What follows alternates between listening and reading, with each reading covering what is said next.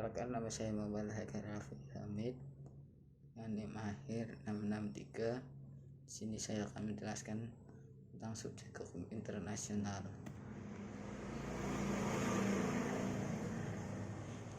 Percakapannya harus dimiliki subjek hukum internasional.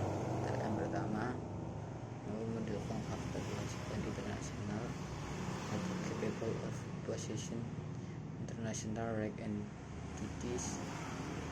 Yang kedua, mampu melakukan tindakan tertentu yang bersifat internasional, endowed with the capacity to take certain steps of action on international plan.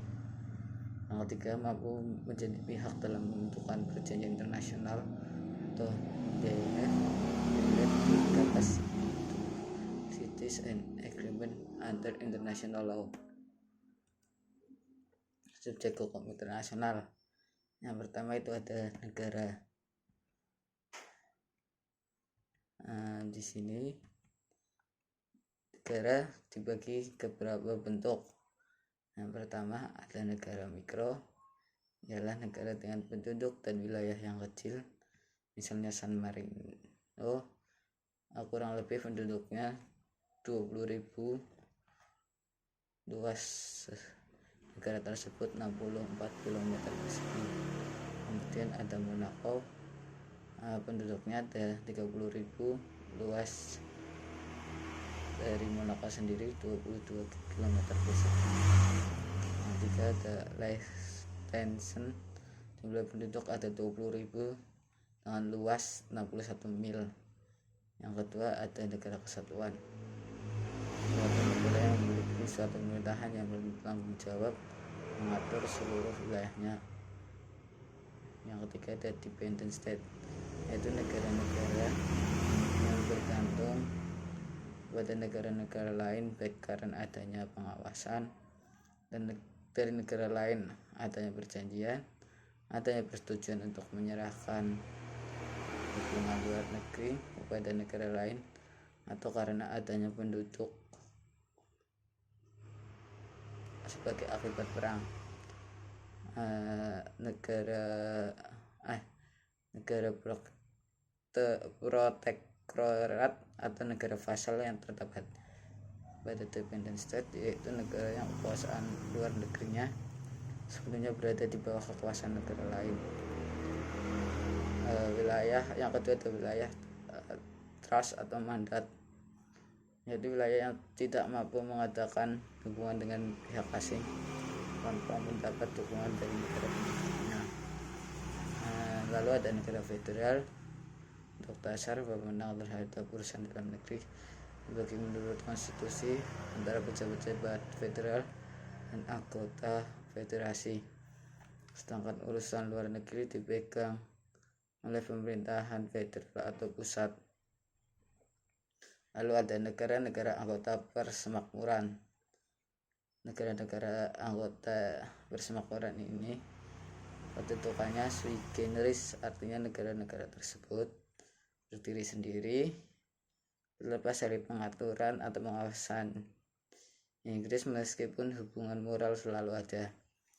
Lalu ada negara netral, suatu negara yang kemerdekaan politik dan wilayahnya dengan kokoh dijamin oleh suatu perjanjian bersama negara-negara besar.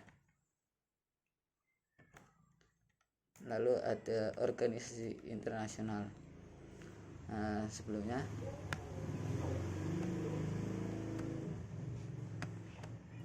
apa sih itu subjek hukum negara dalam hukum internasional? Jadi negara dalam subjek hukum internasional adalah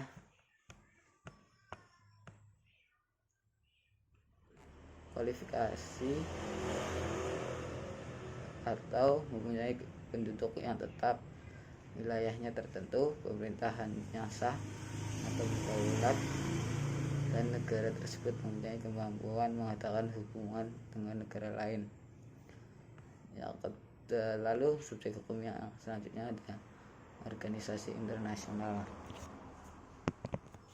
Organisasi internasional sendiri adalah pola kerjasama yang melintasi batas-batas negara dengan didasari struktur organisasi jelas dan lengkap serta diharapkan atau diproyeksikan untuk berlangsung serta melaksanakan fungsinya secara berkesinambungan dan berlembaga guna mengusahakan tercapainya tujuan-tujuan yang ditetapkan serta disepakati bersama baik antar pemerintah dan pemerintah maupun antara sekelompok non pemerintah pada negara yang berbeda. Unsur-unsur organisasi internasional yang pertama, kerjasama yang ruang lingkungannya melintasi batas negara, mencapai tujuan-tujuan yang disepakati bersama baik antar pemerintah maupun non pemerintah. Yang terakhir ada struktur organisasi yang jelas dan lengkap. Organisasi internasional baru diakui subjek hukum internasional setelah adanya advisory opinion yang diberikan oleh MI. PBB meminta pendapat hukum dari MI terkait masalah terbunuhnya Pangeran Bernadotte dari Swedia yang bertindak sebagai mediator PBB di Israel pada tahun 1948 terkait dengan kemampuan hukum PBB untuk mengajukan klaim ganti rugi terhadap pemerintahan de jure atau de facto yang bertanggung jawab. MI secara tegas menyatakan bahwa organisasi internasional adalah subjek hukum yang mampu mendukung hak-hak dan kewajiban internasional dan juga bahwa organisasi internasional memiliki kapasitas untuk mempertahankan hak-haknya dengan melakukan tuntunan internasional. Takhta Suci Vatikan, subjek hukum internasional dalam arti penuh dan sejajar kedudukannya dengan negara lain.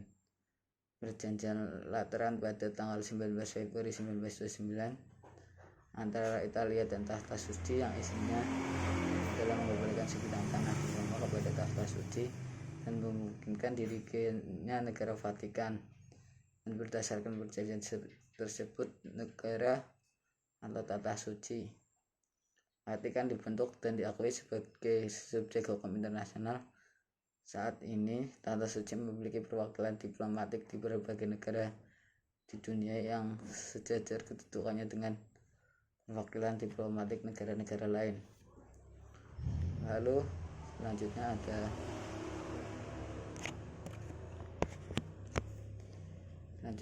Palang Merah Internasional. Palang Merah Internasional yang berkedudukan di Jenewa mempunyai tempat tersendiri dalam sejarah hukum internasional. Palang Merah Internasional sebagai subjek hukum internasional memiliki ruang lingkup terbatas, namun kedudukan Palang Merah Internasional diperkuat dengan adanya perjanjian atau konvensi internasional. Mengingat misi Palang Merah Internasional adalah untuk kemanusiaan, organisasi internasional ini harus independen dan dilaksanakan tanpa intervensi negara lain.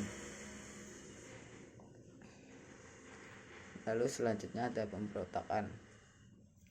Menurut hukum perang, kelompok pemberontakan dapat menjadi subjek hukum internasional jika telah terorganisir, menaati hukum perang, memiliki wilayah yang dikuasai, memiliki kemampuan untuk mengatakan hubungan dengan negara lain, dapat menentukan nasibnya sendiri, menguasai sumber daya alam di wilayah yang dikuasainya, dan memilih sistem politik dan sosial sendiri. Lalu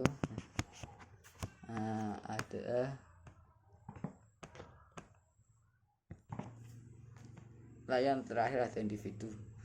Ketika adanya penuntutan penjahat perang di hadapan majelis internasional yang diadakan khusus untuk itu oleh negara-negara sekutu yang menang perang, dalam proses peradilan yang diadakan di Nuremberg dan Tokyo, para penjahat perang tersebut dituntut sebagai individu untuk perbuatan yang diklasifikasikan sebagai satu kejahatan terhadap perdamaian, dua kejahatan terhadap kemanusiaan, tiga pelanggaran terhadap hukum perang, dan terakhir ada manfaatan jahat untuk mengatakan perang. Dengan adanya peradilan Nuremberg dan Tokyo tersebut, maka maka seseorang dianggap langsung bertanggung jawab sebagai individu atas kejahatan perang yang dilakukannya.